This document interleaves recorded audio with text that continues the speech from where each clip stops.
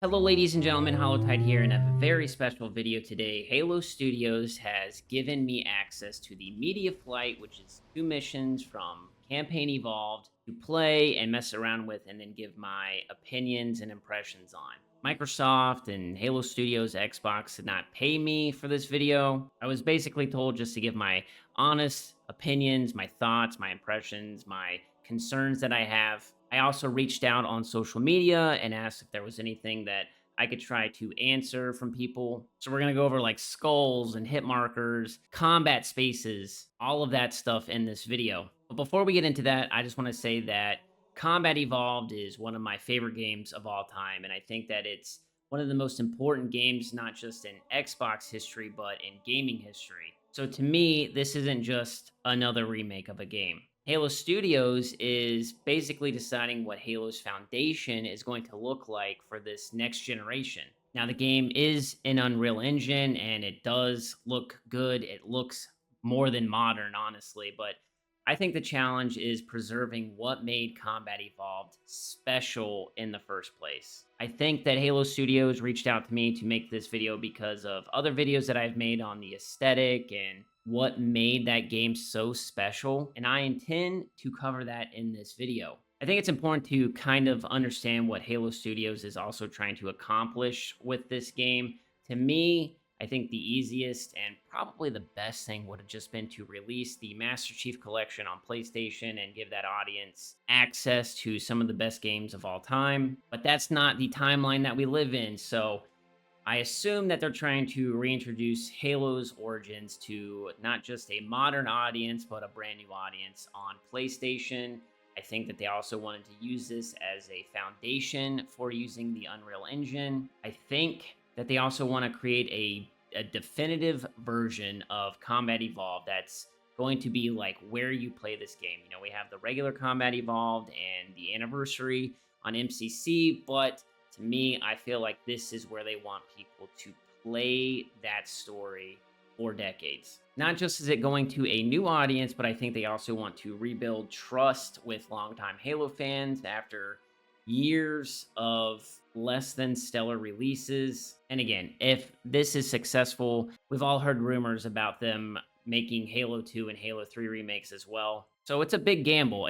I feel like there's more of an opportunity for them to release this game and it be just like, oh, this is nice looking and fun, and I played it once and then I'm done, or have a release that's more apathetic than for them to get like critical acclaim. Now, I went into this wanting the game to feel like Combat Evolved and not just say Halo Infinite wearing CE skin. I think a lot of people try to articulate what made those Bungie games so special, and that ranges from things like the movement and sandbox, the mystery and atmosphere. And when it comes down to it, I think those elements matter more than just graphical fidelity. But again, this game does look beautiful, and I think that maybe this is what I thought Combat Evolved looked like when I was a little kid playing it for the first time. In the gameplay footage in the background, you'll see me like stop and look around at the architecture for the Forerunners to see if it does look a little more scuffed up and stuff like that. I'm happy to report that it doesn't look as shiny and it's definitely not as egregious as, say, like the Halo 5 and 4 Forerunner stuff. But that aesthetic, the art style and stuff really does matter to me. So I am exploring, I'm looking around and stuff like that just to see if it feels like Halo. Because going into these missions, I was worried about how Halo Studios kept describing this project as faithful but modernized. And I know every remake kind of uses that type of language, but the question becomes, where do they draw the line, and how faithful is it, and how much do they add just to add, and how much do they change just to change? For me, it's got to be faithful enough that OG fans are able to recognize every encounter, but it also has to toe the line of feeling modern enough that new players don't feel like they're playing a game from 2001. You know, once you start updating every mechanic, or every level gets a massive rework, or every encounter gets a redesign, you're no longer preserving Combat Evolved, you're just replacing it. And I think that's the worst outcome that they could have. And like I said before, if Halo Studios wants this to become the definitive way that people experience this story and game going forward, I think the responsibility is enormous. You have to go into it thinking that future players may never touch the original games at this point. Like, this is Halo CE for an entire new generation. And that's why, to me, preserving the original design philosophy matters so much, if not more so than just improving the visual fidelity. But at the end of the day, I do think that just the technical limitations that Combat Evolved had at the time on like the original Xbox adds to the art design, the atmosphere, that loneliness and isolation of the Halo ring that, once you start adding more and more and more, it takes away from that. Now, like I said, I only had access to two missions, the Silent Cartographer and Assault on the Control Room. And again, there was a curated selection of skulls, and we also had access to the campaign remix mode. Now, those are things designed for replayability. Because again, I don't think that they want people to just to play this one time and it be done. And without having something like multiplayer, you have to have some type of replayability. Now, with this push and having this media only invite, we've gotten two new trailers, one for the prequel missions and one for just the OG story, kind of thing. For the prequel missions, I am optimistic. I think that new content is fine as long as it doesn't overwrite the original story. It should feel like these are expansions on the story, not rewrites and things like that. We got hints of space combat, something that hasn't been in Halo since Halo Reach, and that was the only time that it was in Halo. But with those trailers, I've seen some people give feedback, like Cortana looks too manly or whatever. And to me, I think she looks like Halsey, to be completely honest, which is who she's supposed to be based off of, anyways. But it's little changes like that that I feel like there are so many different types of Halo fans. You have like Bungie era Halo fans. You have only Halo 2 Halo fans. You have Reach kids, Halo 5 like there's so many different types of Halo fans, esports and custom games, that it really is hard to make a Halo game that's going to appeal to everyone. For myself, I have major concerns about movement speed with sprint implementation, because once you add sprint to the game, yeah, you can turn it off, but these arenas of combat are designed now for sprint and not the other way around. Weapon balancing, they've added a ton of new weapons to the game. AI behavior, just layouts for the encounters. And every small change that they put into this game creates ripple effects that affect the entire sandbox. The original Combat Evolved was carefully designed, and it wasn't just fun because of nostalgia. So at the end of the day, I think that this game is a success if new players understand why Halo became such a special and high regarded game. The veteran OG fans feel respected, the atmosphere is preserved, the sandbox is intact, and the original game's soul survives through this modernization. At the end of the video, I will provide my closing thoughts and my verdict of what I played. But let's get into some Twitter questions that I had received. Dangerville asked if there were problems from the initial demo, if they had been fixed. Are there still artifacts or stutters in the cutscenes? So I played on PC. I have a pretty good rig. I have a 9070 XT and a 5800 X3D CPU. Now, it's not a NASA PC by any stretch of the imagination, but it's not, like a low-level laptop. I played on 1440p. I had my frame rate cap at 165. I personally did not feel any stuttering like throughout gameplay. I know that was a big concern at Halo Fest, or the World Championships, not Halo Fest, last year, where people got to play the demo. A lot of people complained about frame rate instability and just stuttering and stuff like that.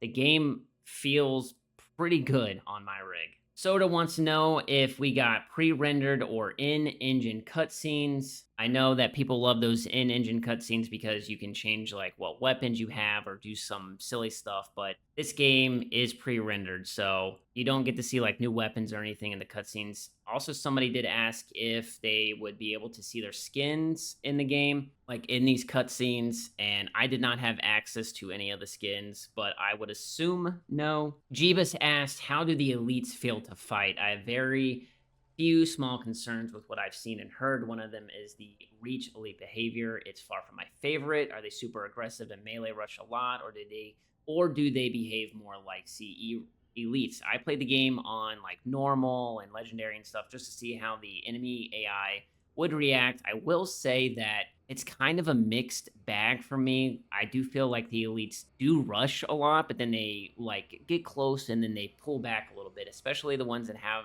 the energy swords. I don't know how much of that is finished or if they can still tweak it before launch. I died a few times on just playing normal mode. I was trying to explore. I didn't take it like super serious. I wasn't trying to speed run or anything like that. I was just trying to play like a normal person would. But to me, the AI does feel good. Wes Prime asked about third person mode. That was one of the skulls that was available to us in this flight. Quite honestly, I think it looks amazing. You can change like the field of view and stuff like that with it as well, so you can get a little bit farther away. But honestly, I could see myself doing a full playthrough just because of how good I think the Chief looks in this game. So yeah, third person mode, definitely a good addition in my opinion. Justice asked, will changing skins reflect in cutscenes? No. Is the stanchion usable in game and not just by Johnson? I'm not sure. We didn't have access to that. Any unlockable rewards? I did see like terminals and stuff. I did find one, but I am unsure what it unlocks or anything like that. We didn't really have access to that kind of stuff. AB asked, does the enemy AI feel good? I already answered that, but yes, I think it does. Mikey DJ said, how about skulls? How many, and are they available right away? Or do we have to find them like in Halo 3? So in this build, there were 18 skulls, but I am 900% sure that there's way more than that, and I'm pretty sure that you're going to have to find them.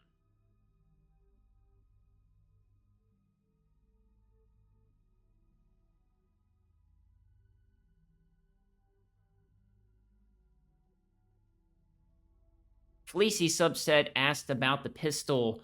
I think it feels good. I did play on mouse and keyboard and on controller, and man, the aim assist on controller is bonkers to me. I will say that the Magnum feels a little soft, if that's the right word to use. It doesn't feel as like punchy or like a weapon that's super strong.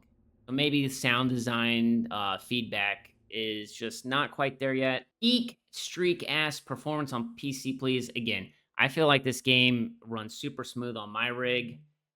One of the biggest concerns that I had, and I'm pretty sure others had, was the performance with the Unreal Engine 5. But it really does feel like there was a lot of effort and time put into this game to make it feel more like Halo and to make it pretty optimized, because I think that releasing the game unoptimized would have been a huge blunder. So I feel like it feels pretty good. Condu asked, can you turn off hit markers? You can. I know that's been a huge thing on Twitter. I do think that some people love having that feedback from games. Especially now, I feel like games hold your hands so much in terms of the information given to you. But yes, you can turn off hit markers. Quartz asked, how's the vehicle destruction? It is a lot of fun to run around with the Scorpion, I will say that. The explosions and stuff in this game are incredible. I was not expecting them to be so cinematic, if that's the right word. It's not like Halo Infinite. Like, I didn't notice any warm up, when the vehicles have that little noise and they're like blinking and flashing red and stuff, and it's like so nothing like that. Akiri asked about weapon offsets. I looked through these settings and I did not see that. I'm not sure if that's going to be an option on the full release. Simon asks, is the HUD customizable in any capacity? Yes, it is. There's actually a lot of customization with the HUD, so I think a lot of people will be happy that they can make the OG layout or just be able to change what they want to. Some other questions that I received in passing, like, do I want a one-to-one remake? And I will say, no, I don't. I want a faithful remake, and I think that there's a difference. I think improving the visuals and quality of life stuff and accessibility is great, but I do not want the game to alter the DNA of Combat Evolved. See, a lot of people concerned with Sprint being included, and I care less about Sprint itself and more about the encounter design of the game. If Sprint changes how every combat space functions, then it's not really a small addition. Now, I will say that sprinting feels like it adds a minimal amount of speed to Master Chief. And like there were some levels where, it's kind of wide open, where I was just kind of running around instead of using a vehicle. But it doesn't feel oppressive and it doesn't feel like super freeing or like it really does change the gameplay that much, but I would have to play a little bit more. I see a lot of people asking if we even need a remake. Maybe not, but I think if Xbox and Halo Studios are going to do one, which they are, it should aim to be the best possible preservation of Combat Evolved rather than a replacement for it. Because I am worried about the game losing the atmosphere, losing the mystery, losing the original encounter designs. Like we always hear about, oh, we want to modernize the game.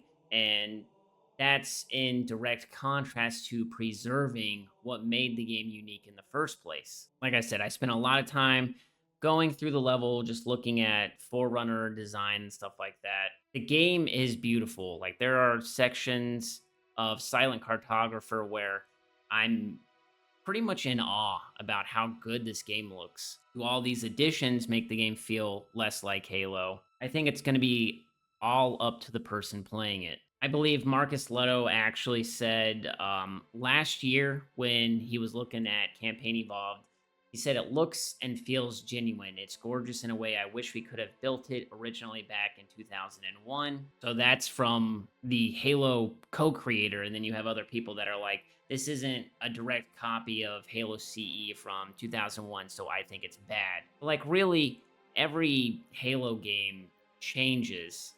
Halo 2 is so different from CE, and Halo 3 is different from Halo 2, and so on and so forth. Like, the vision for those games were constantly changing. And again, I think that's something that Halo Studios wants to try to fix going forward. They want a cohesive, consistent art design for Halo games. I think that that is important to them.